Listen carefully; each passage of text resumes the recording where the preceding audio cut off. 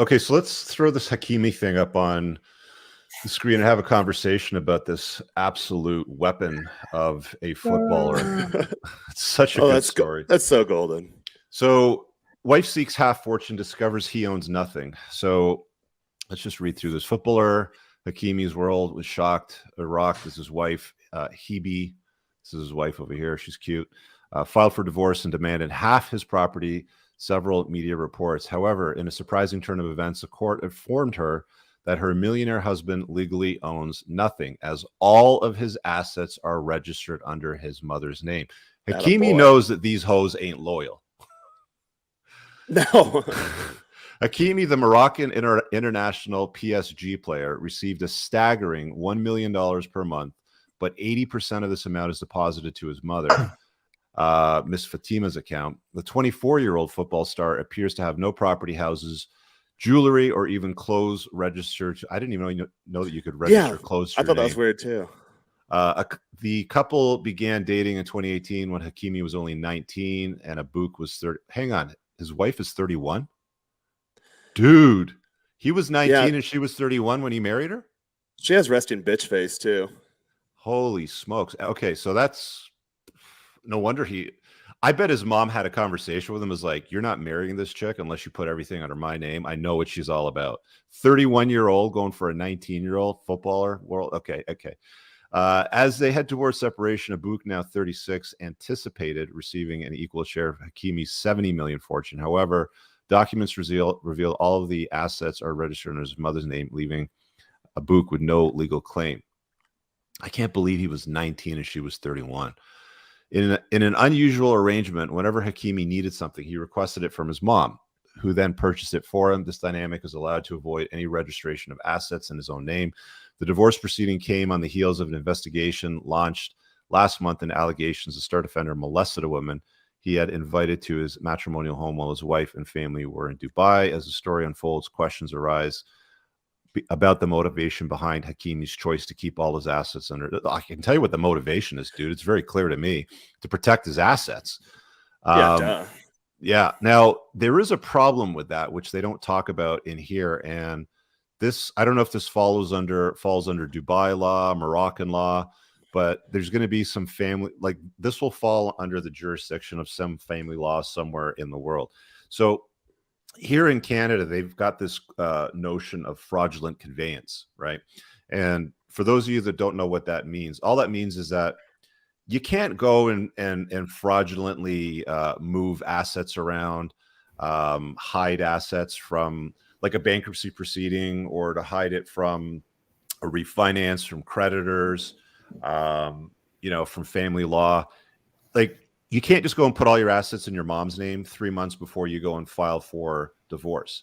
Now, if you did it 3 years prior, or you did it before the wedding, that's probably a little more watertight, right? But here anyway, it's about 2 years. So if you go and, for example, move the title of your home into your wife's name or your kid's name or something like that, and you go and rack up $1 million worth of credit card debt, and you go file for bankruptcy 6 months later, the courts will turn back the clock on the transfer of that asset, and the asset goes back into your name so the creditors can liquidate it to pay off the debts if it's very, very close to the date. But I think in a situation like this, because he did it before he got married and his mom told him to put everything in her name before they got married, dude is probably pretty safe. It'll be interesting to see how this unfolds. This guy's a G right there. Although, devil's advocate, what if it's something like he's a real mama's boy and he didn't even know any better? Like, he started making all that money super young, and she's like, "Hey, I'll just take care of it, and you focus on." Mom's a G then. Either way, somebody's getting credit. Somebody took care of that issue. Somebody saw what's coming. Yeah. I actually wouldn't mind my mom managing my finances. She's done a good job with hers. Just don't have to think about it, or anything happens to me, anything crazy down here, I have it all going to my sister. Because the problem with that, though, is if you go and put all of your assets into your mom's name, for example, and she's elderly, she could have health issues. She could be hospitalized. She could die. She could get hit by a bus. You got to have mechanisms in place so that her estate, which is basically your estate, ends up sort of moving back into your pocket through some tax-free mechanism, if you know what I'm saying. Mm-hmm. Anyway. Something interesting in that article too, and we see this a lot, and I think you kind of skirted over it, was the case. What was it like? The case was launched in response to a woman claiming that she was invited to his house and then he molested her. I always wonder, like, these professional soccer stars, who are these girls that are getting invited over but don't want anything to move forward, and they're like, oh, he molested me? Because I don't see that. I don't hang out necessarily with famous people, but I've played sports through college, and I have family members that have done really well, like all state, all American type stuff. And they just have hordes of whores after them at all times. For the little baseball team I played for down here, I had like groupies follow me on the road. So who are these girls that are claiming molestation from a guy who's making €1 million a month? I'm assuming he's pretty good. That's a decent payday for him. You've got to be like, when you get to a certain level, you've got to be careful with women. Doesn't matter if you're an athlete, an influencer, or an actor. I think Keanu Reeves, there's a few actors that are famous for this. Whenever there's they're asked to pose in a photograph, they don't even touch the other person. They're just sort of like hovering, like the arms sort of hovering around them, sort of thing. You know what I mean? Like, you got to be really careful. I mean, you get DMs from girls that express interest in you. I wouldn't even get involved. Have your inner circle that you trust, like whether it's your wife, your girlfriend, if you're a guy that runs, a little bit of a harem, there's a couple of girls that you trust, women that have proven themselves, they get access to. Everybody else, you got to be careful, man. You can't fall for any of that bullshit.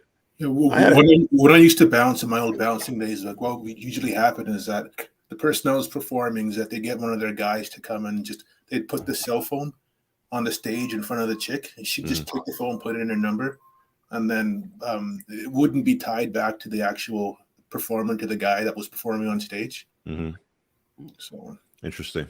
Even back when, so obviously I'm from Canada, but even back when Prince Harry was in his Chad days, in Calgary, because they were actually doing training just outside of Calgary, and they would come into Cowboys or whatever, and then they would have a bunch of people that would come back to them to wherever they were staying, and then they would take all their cell phones. It would make them sign some shit, and so then, just nothing would ever come out because there was no evidence about anything coming out.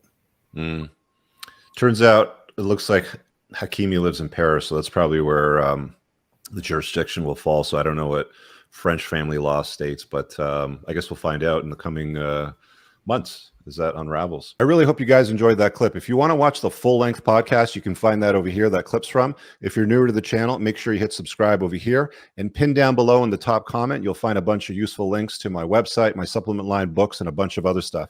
Have an amazing day. Peace out.